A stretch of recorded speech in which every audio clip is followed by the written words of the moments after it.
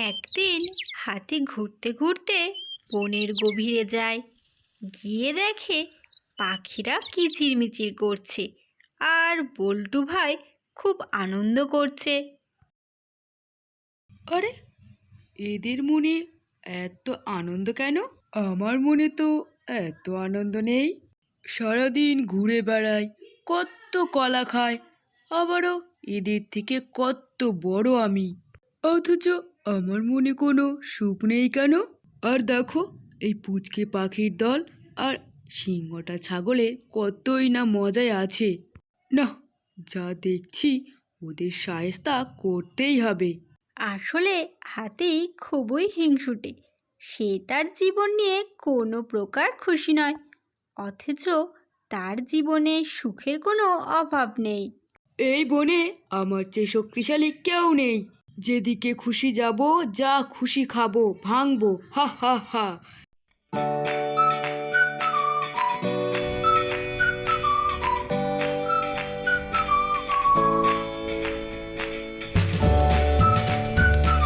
এই যে বল্টু, তুই আমার সামনে দাঁড়িয়ে আছিস কেন? পথ ছাড়। আমি তোমার পদ আটকে আছি? কি যে বলছো দাদা? কি? তুই আমার কথার উপর কথা বলিস? হাতি তো রেগে গিয়ে চিৎকারের সাথে সাথে জোরে জোরে পা ফেলতে থাকে। হাতি দাদা, আপনি এত জোরে পা ফেলছেন যে মাটি কাঁপছে। নদীর ধারের নরম ঘাসগুলো সব নষ্ট হয়ে যাচ্ছে। একটু সাবধানে চললে হয় না? সাবধানে? সাবধান হবে দুর্বলরা। আমি হাতি। আমি বনের রাজা না হলেও রাজকীয়ভাবেই চলবো। এই দেখ, তোর প্রিয় পাখিদের সহ আম গাছটা কেমন নাড়িয়ে দিচ্ছি। হাতি দাদা, এমন করো না। হাতির এই কাণ্ড কারখানায় বল্টু একটু ভয় পেয়ে যায়, কিন্তু বুদ্ধি হারায় না। আরে, এ যে খুবই জল পিপাসা পেয়েছে দেখছি। না, একটু জল খেয়েই আসি। হাতি প্রচণ্ড দাপাদাপি করার পর জল পিপাসা পায়, তাই সে নদীতে যায়। হাতি দাদা, ওখানে যাবেন না। কুমির ভাই ওখানে রোদ পোহাচ্ছে। ও খুব রাগী।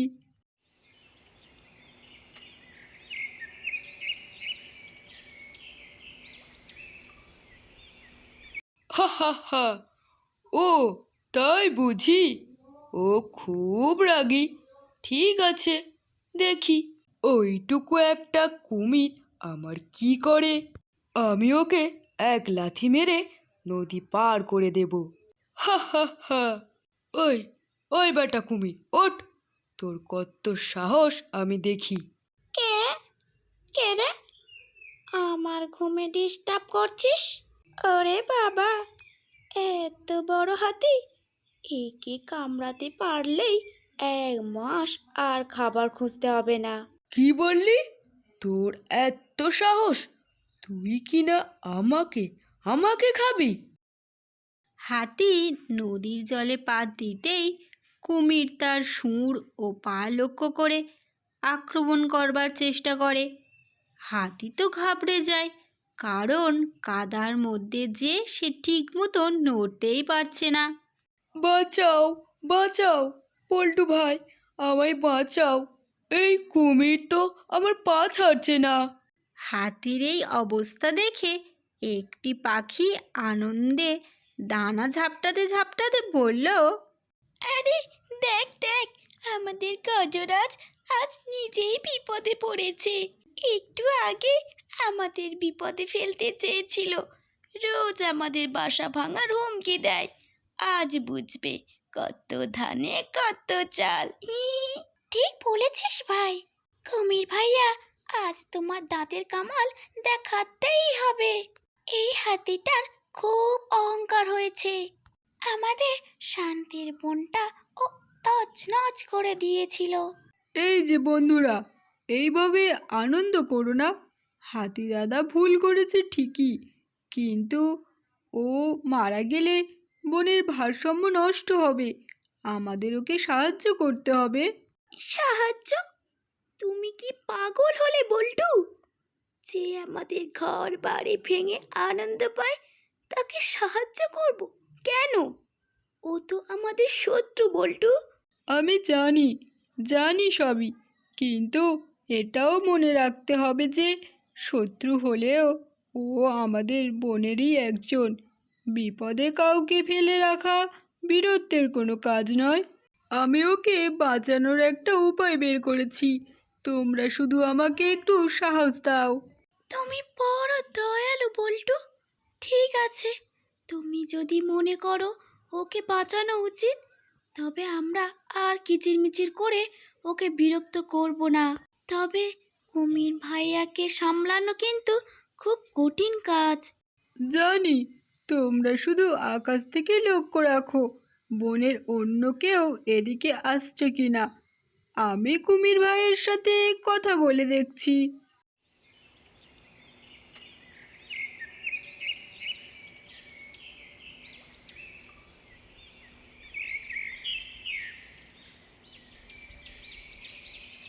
কুমির ভাই, শোনো, তুমি না ভালো, তুমি যদি হাতি দাদাকে এখন জলের নিচে নিয়ে যাও, তবে বনের সব পশুরা মিলে তোমার নদী পাথর দিয়ে ভরাট করে দেবে।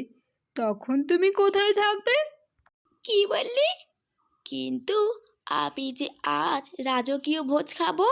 তার চেয়ে বরং একটা চুক্তি করি।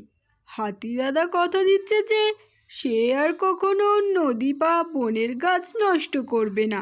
সে প্রতিদিন বনের গভীর থেকে শিকার এনে তোমার নদীর ধারে ফেলে যাবে।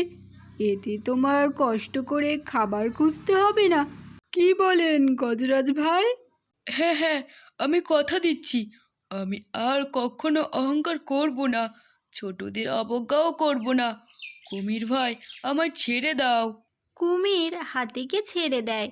বল্টু, আজ তুমি না থাকলে আমার কি হতো জানি না। আমি শরীরেই বড় ছিলাম, কিন্তু জ্ঞানে তুমিই বড় বল্টু। ছোট হলেও যে কারো ক্ষমতা থাকতে পারে সেটা আজ বুঝলাম। শক্তি দিয়ে নয় হাতি দাদা, ভালোবাসা আর বুদ্ধি দিয়ে বিশ্ব জয় করা যায়। আমার শিকারের কথা মনে থাকে যেন। সবাই হাসে। হাতি তার সুর দিয়ে বল্টুকে আদর করে পিঠে তুলে নেয়। জঙ্গল আবার শান্ত হয়ে ওঠে। আসলে কারোর উপর গায়ের জোর দেখানো ঠিক নয়, কারণ বিপদে পড়লে ক্ষুদ্র প্রাণীর বুদ্ধিও জীবন বাঁচাতে পারে।